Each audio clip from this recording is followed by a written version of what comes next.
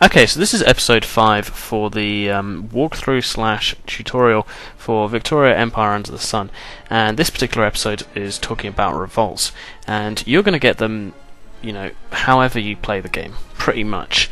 You're going to get them when you invade countries and sort of annex certain lands to your state. You're going to get that when you basically just load up the game, because sometimes, just through the 1800s into the 1900s, there was a lot of class consciousness. This was a time of, there's big social changes going on, and there's a lot of revolts because people get a bit cheesed off about various things. Now, what can you do about this?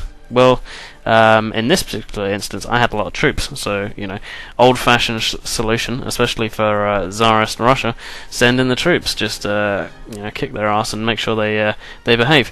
But there are other ways of doing things. This seems to be the best way for me at this point in time, in my under the particular circumstances, because they're not going to cause too much of a problem. If you leave them for too long, they will kind of usually form into a new unit. So if say for instance Finland, there are a lot of revolts around Finland, then they may just declare independence if they kind of get enough provinces which kind of meet that requirement. So you want to be careful. You definitely don't want to leave them alone. That would be the worst thing. You also lose income from those provinces, I believe, as well. So, one way is definitely, having troops at home is important. And when you start off as Russia, you definitely get some of those. So that's a good thing. What else can you do though? Well, you'll kind of probably see a little bit later on. I will. There are quite a lot of things going on here. So I definitely. What I want to be doing is reinforcing the units that I have. So I go into the budget. I firstly put up the crime fighting thing. It costs quite a bit at the moment, but you know what? They seem to be making a bit of a fuss. Increase the old mobilization there. But what I do is I increase the defense budget, so that's the revolt risk tab. Just so you know, it's bottom left of your screen. And that way you can see the provinces that are really pissed off. The other one that you can do, increase the defense budget when you need to, because then you should be getting men through on your manpower. That's the top bar, the top kind of left bit of that bar. That's your manpower, and when you have manpower, then you can click on, say, a unit like that, the cavalry unit, and the top right of that.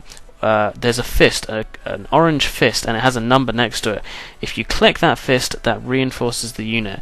Okay, I know there's a lot of icons and stuff, but that when the Grenadier Corps, I think it is, next to that, where there's a fist, if you click on that and you've got enough manpower, it will reinforce the unit.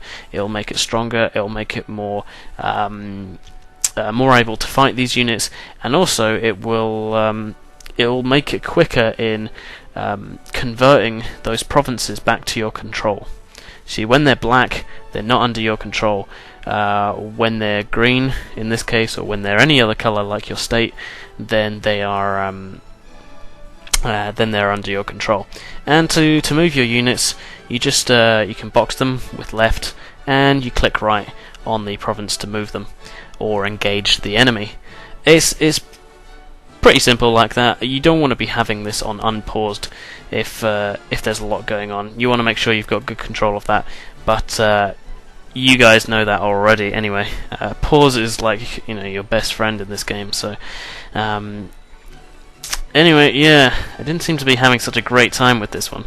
I thought I was doing rather well, but I wasn't entirely sure what they were annoyed about, but there's always events and stuff that spring up regarding this. It's just how you deal with it, and at the moment I have got enough to deal with it for a while.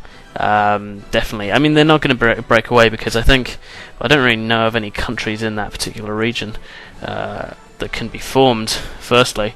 But also it takes a long time for things to be out of your control to actually lose, like Ukraine or any other kind of nation. So yeah, you'd have to be pretty bad to do that. But once you get a sprawling empire, it can happen. Anyway, I'm going to leave it there for rebellions and everything. That's me.